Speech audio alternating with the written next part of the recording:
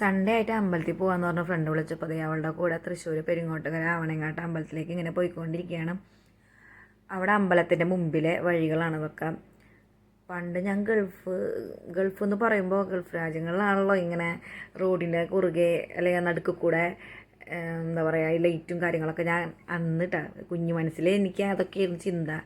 അതുപോലെ ഉണ്ടല്ലോ എന്നൊക്കെ ആലോചിച്ചിട്ട് ഭയങ്കര റിച്ചായിട്ടൊക്കെ അന്നും അങ്ങനെയുള്ള ഒരു അമ്പലമാണ്. ഇവിടെ എത്തുമ്പോൾ എനിക്ക് ഭയങ്കര ഒരു പോസിറ്റീവ് എനർജിയാണ്. അപ്പോൾ അത് കാരണം എനിക്ക് ഇങ്ങോട്ട് വരാൻ ഭയങ്കര ഇഷ്ടം. ഞങ്ങൾ കോളേജിൽ പഠിക്കുമ്പോൾ ഫ്രണ്ട്സായിട്ടൊക്കെ ഇങ്ങനെ വന്നിരിക്കലൊക്കെ ഇവിടെ തന്നെയായിരുന്നു. അപ്പോൾ ഇവിടെ നിന്ന് ഉച്ചക്കത്തെ ഫുഡുണ്ട്. അതെന്ന് വെച്ചിട്ടുണ്ടെങ്കിൽ വയർ നിറച്ച് നമ്മൾ കഴിക്കും, അങ്ങനെയാണ്.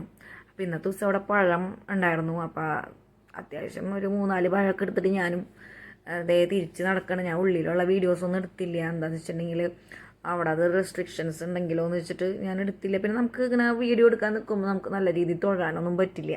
അപ്പോൾ അത് കാരണം വീഡിയോസൊന്നും ഞാൻ അങ്ങനെ എടുത്തില്ല.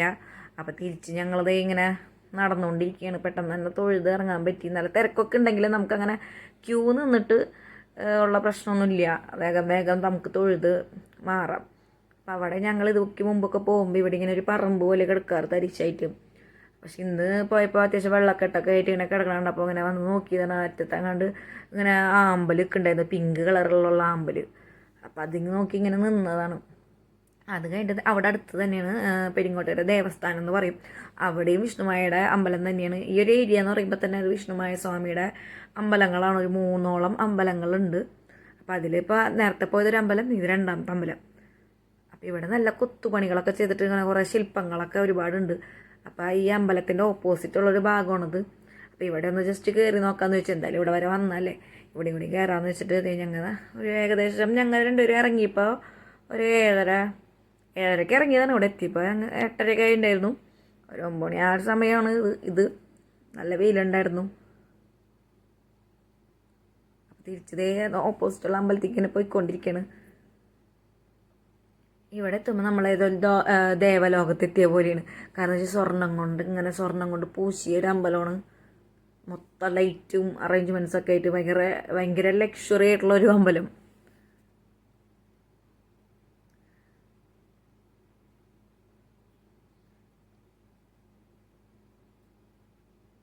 ഞാൻ നേരത്തെ വീഡിയോ എടുക്കാൻ പോയപ്പോൾ ഉള്ളത് എൻ്റെ കൂട്ടുകാരത്തി. ഞാൻ വീഡിയോ എടുക്കാൻ നിന്നത് അവൾ എൻ്റെ വീഡിയോ എടുത്തതാണ്.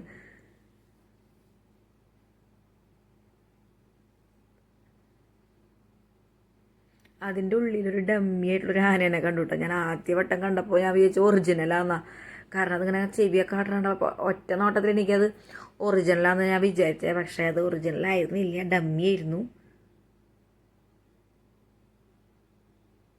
അങ്ങനെ ഞങ്ങൾ തിരിച്ചിട്ട് അവിടെ ഒരു പുള്ള് എന്ന് പറഞ്ഞ സ്ഥലമുണ്ട്. അത്യാവശ്യം നല്ല പാടവും താമരപ്പാടവും സാധാരണ നെൽപ്പാടവും ആമ്പലും ഒക്കെ ഉള്ളൊരു എന്താ പറയുക, 2 സൈഡിലും പാടം ആയിട്ട് നടുക്ക് റോഡും കള്ളുഷാപ്പൊക്കെ ആയിട്ടുള്ളൊരു വൈബ് സ്ഥലം. അപ്പോൾ അവൾ ഇതുവരെ പോയിട്ടില്ല. അപ്പോൾ ഞാൻ ഇതുപോലെ ഇവിടെ വന്നല്ലേ, അപ്പോൾ അവളെ കൊണ്ട് പോകാമെന്ന് വെച്ചിട്ട് അങ്ങനെ പോയതാണ്. ഇവിടെ നമുക്ക് വഞ്ചിയിലൊക്കെ പോവുകയൊക്കെ ചെയ്യടാം. നമുക്ക് പൂവൊക്കെ പറിച്ചു തരും. വഞ്ചിക്ക് നമുക്ക് പോയിട്ട് ഫോട്ടോസൊക്കെ എടുക്കാൻ പറ്റും. 250 രൂപയും കണ്ടാണ് അവർ ചാർജ് പറഞ്ഞത്. ഞാനിതൊക്കെ മുമ്പ് പോയിട്ടുള്ളവരെ എനിക്കതൊരു കൗതുകമായി തോന്നിയൊന്നുമില്ല, കാരണം ഞാൻ പോയിട്ടുണ്ടല്ലോ. പക്ഷെ അവൾക്കത് ഭയങ്കര ഇഷ്ടമായിരുന്നു ചെന്നത്. പക്ഷെ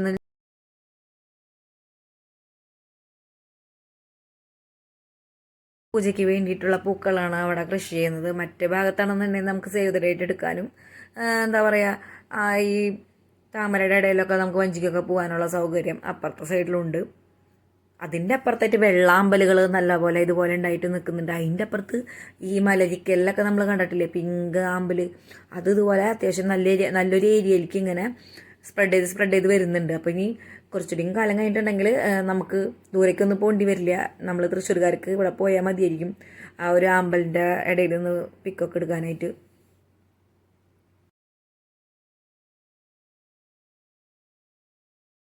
കുറച്ചുകൂടി മുമ്പോട്ട് പോയാൽ മഞ്ജുവാര വീടുണ്ടെന്ന് പറഞ്ഞിട്ട് ഒരു ഭാര്യ എന്ന് പറഞ്ഞിട്ടൊരു വീട് കണ്ടായിരുന്നു. അപ്പോൾ അത് മഞ്ജുവാര വീടാന്ന് ഇങ്ങനെ അസ്യൂം ചെയ്ത് കണ്ടിട്ട് ഞാനും അവൾ തിരിച്ചിങ്ങനെ പോരുകയാണ്. അപ്പോൾ ഇതാണ് നമ്മളുടെ പ്രകൃതി രമണീയമായിട്ടുള്ള പുള്ളുപാടം. അങ്ങനെ ഞങ്ങൾക്ക് വിശന്നപ്പോൾ ഞങ്ങൾ മസാല ദോശ കഴിച്ചിങ്ങാട്ട് നേരെ അവിടെ നിന്ന് കൊടുങ്ങല്ലൂർക്ക് വിട്ടു. അപ്പോൾ ഞങ്ങൾ ഇവിടേക്ക് പോകുന്നതിന് മുമ്പ് തന്നെ 11 മണിക്കായിരുന്നു ഷോ. കിഷ്കിന്ധാകാന്ഡം സിനിമയായിരുന്നു.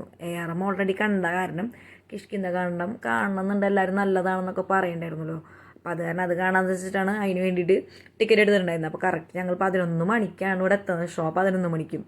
അപ്പോൾ എത്രയും പെട്ടെന്ന് എസ്കലേറ്റർ കയറി പോകാമെന്ന് വെച്ചപ്പോൾ രണ്ടും ഓഫായി കിടക്കുക. അപ്പോൾ ഞങ്ങൾ സ്റ്റെപ്പ് കയറേണ്ടി വരുമല്ലോ എന്ന് വെച്ചിട്ട് അങ്ങോട്ട് നടന്നു. ഭാഗ്യത്തിന് അവിടെ ലിഫ്റ്റ് ഉണ്ടായിരുന്നു. ആ ലിഫ്റ്റ് എത്തി ഞങ്ങൾ ടിക്കറ്റൊക്കെ എടുത്ത് ഉള്ളിലേക്ക് കയറുകയാണ്.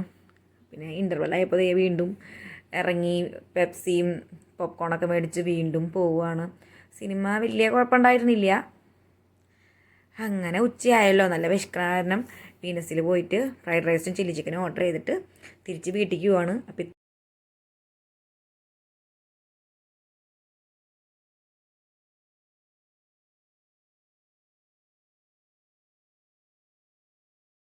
അപ്പം ഇത്രയേ ഉള്ളൂ നമ്മുടെ കുട്ടി വീഡിയോ.